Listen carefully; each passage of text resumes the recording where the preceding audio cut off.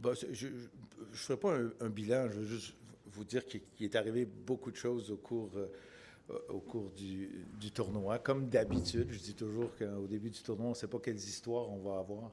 Et là, ben, il y en a eu. Si quelqu'un m'avait dit que m'a dit, OK, Félix va se rendre en quart de finale. Es-tu d'accord avec ça? Es-tu correct? J'aurais signé tout de suite.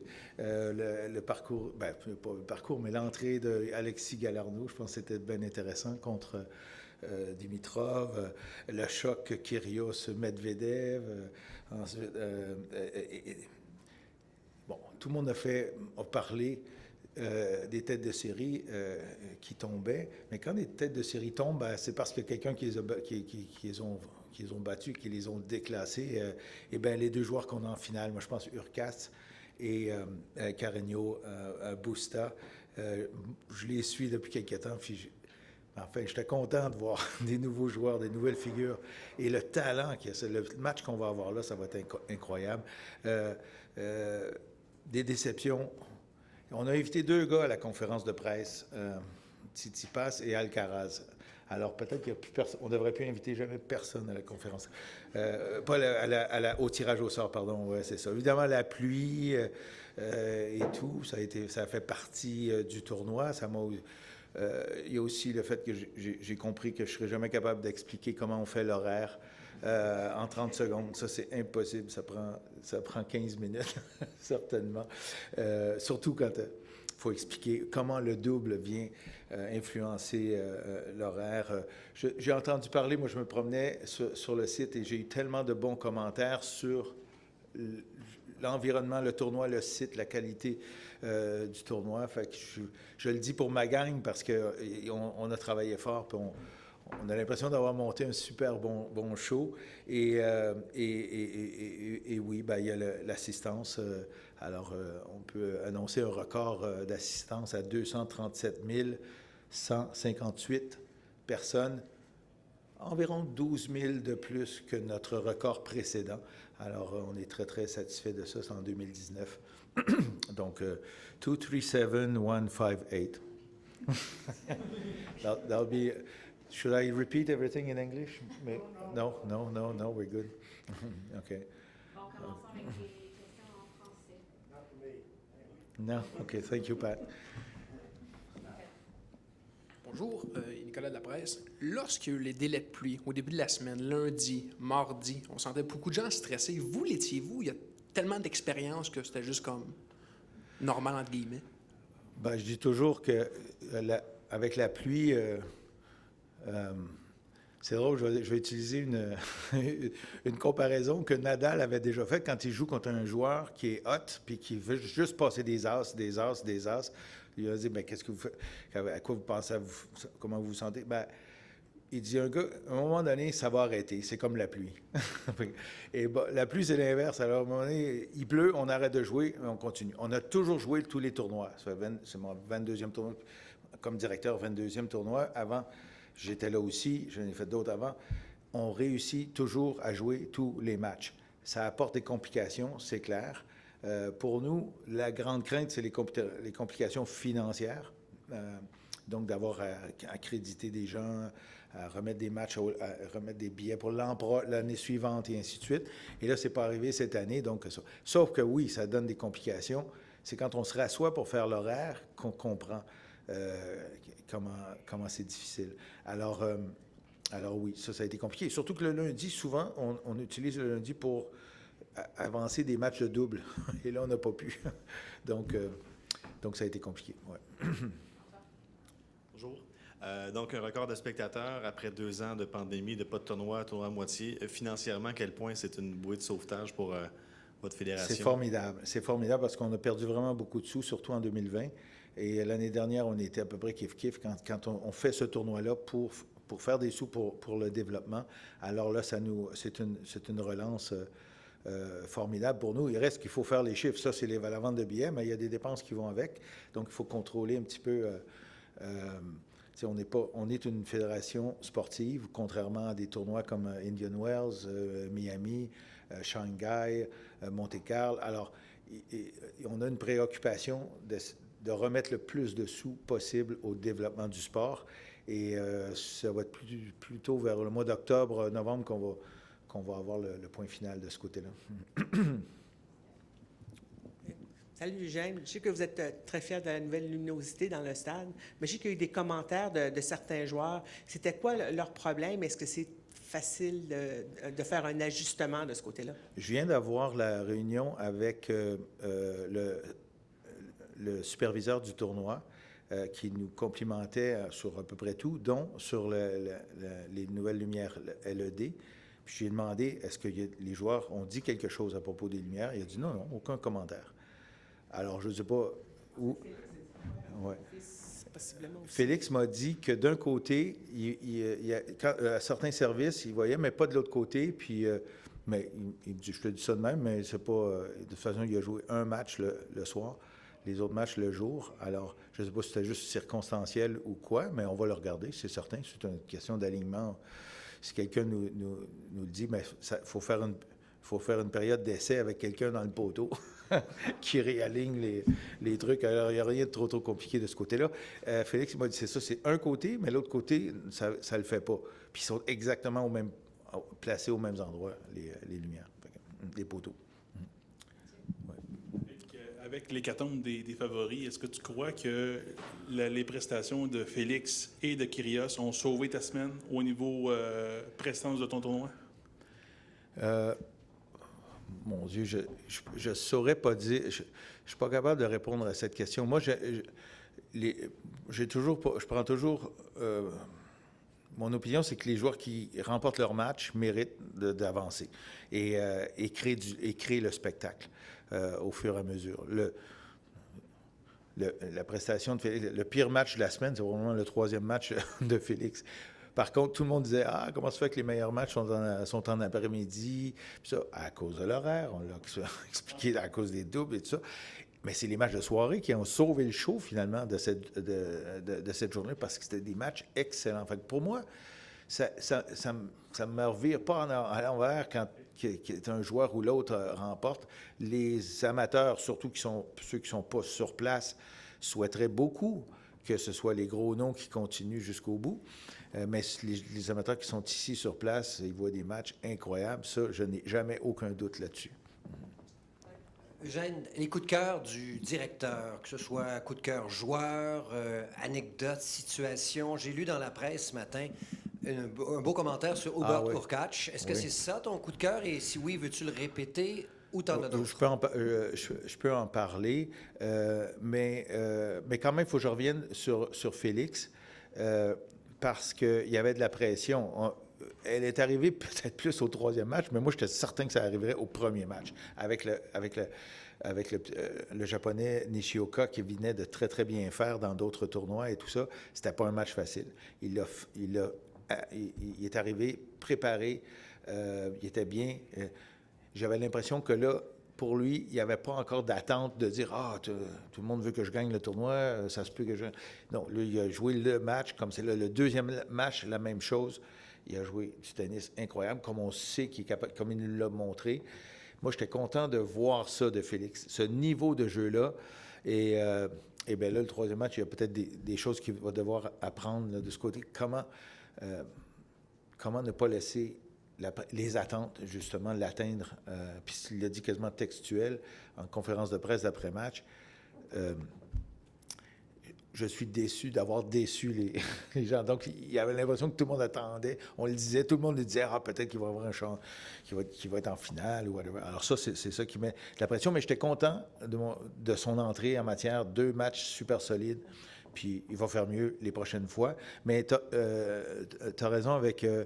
Hurkacz, je ne le connaissais pas beaucoup, puis ça m'a paru, je ne sais pas comment dire, c'est ta gang de chums, puis tu as le grand qui est toujours content de tout, puis il est toujours là, puis OK, qu'est-ce qu'on fait les boys?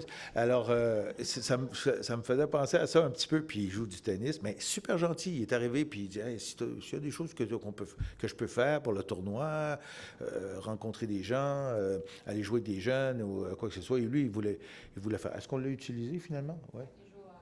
Ah oui? Bon. Ah oui, bon.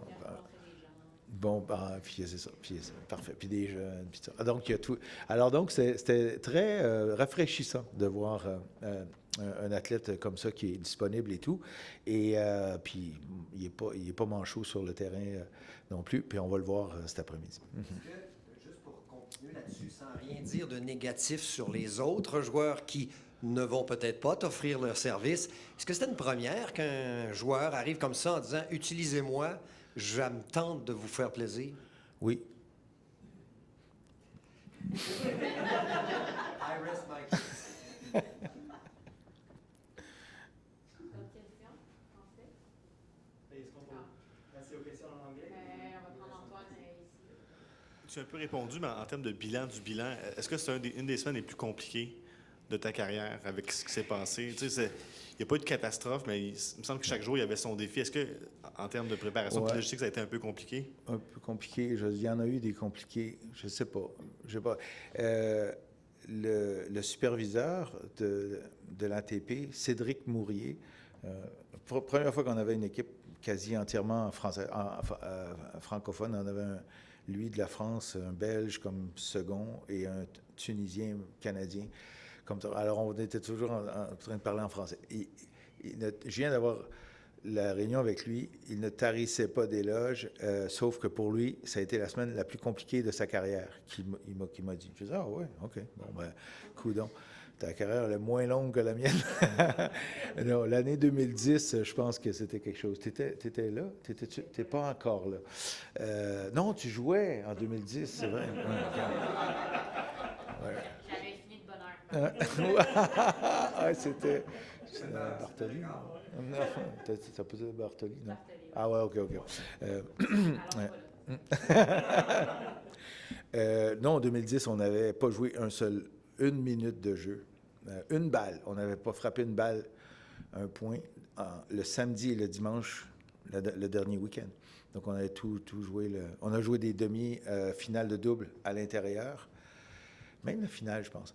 Et les demi-finales de simple et la finale le lundi. Alors, oui. Non, il y en a eu des compliqués. Il faudrait que je regarde une après l'autre. On a suivi ce qu'il y avait. Là, à partir du lundi, il n'y a plus, bon, en début de journée mardi, une petite averse après ça, je ne sais pas, le jeudi ou je ne sais plus quand. Donc, c'était pas trop mal de ce côté-là. Puis on a de la belle température, puis on ne souffre pas dehors. Ça avait été comme le week-end des qualifs, toute la semaine. Moi, je pense que les gens sont bien. Là, les gens, c'est une finale formidable, une température formidable. Alors, il faut regarder les bons côtés aussi de la semaine. questions in English? Luca Cruz from ROC-TV News. I know we're all feeling very warm and fuzzy here all together on the last day. Maybe you could talk about, for next year, how do you think you could improve the event? Improve the event. We get Leila to win the event. No, listen, it's interesting because, again, I'll refer to my meeting I had just had with the supervisor, and he was saying, well, maybe you should have LED lighting and LED boards instead of physical boards all around. But he was interested. It was a question of interest for him because we have cameras on court that can create a problem for players running. We know Medvedev has run into a camera before. So the position of the camera, if we would happen to have a LED lighting, we could push them all the way down and everything. They wouldn't block any light. So it would be easier to just clean the backboard. So we may very well go in that direction. If I could just go by the report, he had nothing else to say. He had nothing else. No, maybe one more thing, which was a bit technical again. We wanted to use a fifth court when it rained to accelerate matches. We're ready. Just get a court, and we have everything to do. But we didn't have the Hawkeye on the fifth court. Not because we didn't want to, because they never told us. We said we have a spare court for matches. They never said, yes, but if we need a fifth court, you're going to have Hawkeye. I said, well, we don't. But yeah, no, you can't now because it's in the contract. Well, but it's raining. We need to go back. No, it's in the contract. So we could never use a fifth court. it would have been better to help the schedule in that sense. So next year, you can be sure we'll have at least 5 courts with Hawkeye ready to go. So that's one aspect. The rest, I don't know, the scheduling. I know we like two matches in the afternoon, 2 in the at night. Is it better to go 3 in the day, start earlier and everything? I don't know that. Anyway, those type of questions we'll be asking ourselves to put more matches on center court, things like that. I don't know. The site to me looked great, and it was good. I don't know. We can improve maybe even more shade. We added a lot more shade this year. People are a lot more seating places for people, and we'll see. We're pretty sévère, comment on dit ça, sévère, strict with ourselves when we go to post-mortem, and I know we'll have a long list of improvements for next year. Congratulations for the tournament. I'm going to pick 2 questions. One, in Toronto, we know that some players had to pull out because they didn't get their visa in time, famously Vika Azarenka. Did you get any feedback from players that they had problems getting visas, those who need the visa to come to Canada? And second question, looking ahead at 2024 more than 2023, when the ATP is going to be back to Montreal, it's supposed to be the first year of the expanded draw with 96 players, so it's going to be 40 more players. This is probably the smallest venue of the Masters 1000, if I'm not mistaken. I was wondering how you are thinking about dealing with this. Yes. For the first question about the visas, I think from what everybody tells me that Canada takes a long time compared to other countries to get the visa. So you have to get ahead of the game. And some players did not, and it was difficult, and it was too bad for Azarenka. She got her first meeting to get the biometrics in for the visa in the middle of the tournament. So it was August 10th, she had her meeting. She will get her visa eventually, but it just took so much time, and it was a glitch. Anyway, I don't want to get into the detail, but we followed that very closely every day. And there was a question here with, we had sort of the same problem with Medvedev's wife. She was in France trying to get the rendezvous, the appointment for the biometrics and everything. There was no place to go. In France, in Lyon, in Paris, they were looking everywhere. It was red everywhere. Then he was going to play the Mexico Los Cabos tournament. We checked in Mexico City. It was green everywhere. So we said, yeah, get your ass down. Oh, sorry. Go to Mexico City quick, and we'll get you an appointment. And that's what they did. And so finally we were able to help in that regard. So, but yes, it is complicated. I think one of your colleagues made an article about that this week, and it's not our resort. We try to help. We work with the lawyers firm to try to accelerate things the best we can, but we cannot do everything. Mm-hmm. Oh yes, the second question. Just one addition. 2024 will also be an Olympic year, just to mess things up even more. So I was wondering how you're going to make everything kind of work together. Sorry. Yes. Well, Olympic years are what they are. For the expansion, we're looking at it with the ATP. So it's pretty much set for other tournaments who want to move to the expansion. It would be Rome and Madrid is already there, and Shanghai on the ATP side. And but the summer is complicated, so we have still a lot of topics to talk about with the ATP. But the number of days, schedule, and everything. We're probably going to get there, and when we are ready, we will make an announcement. But on the 96 draw, not too scared. We have 12. It would be 12 days. So we're looking at it, and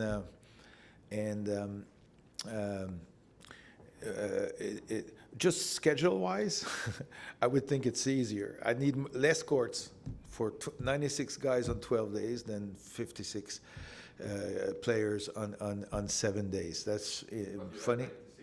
Yes, 96 players. Again, I'll refer to the supervisors, and I was asking, do you think it's big enough? He says, plenty. You can have much more players. I don't think so. I think we need more space, and we will create more space.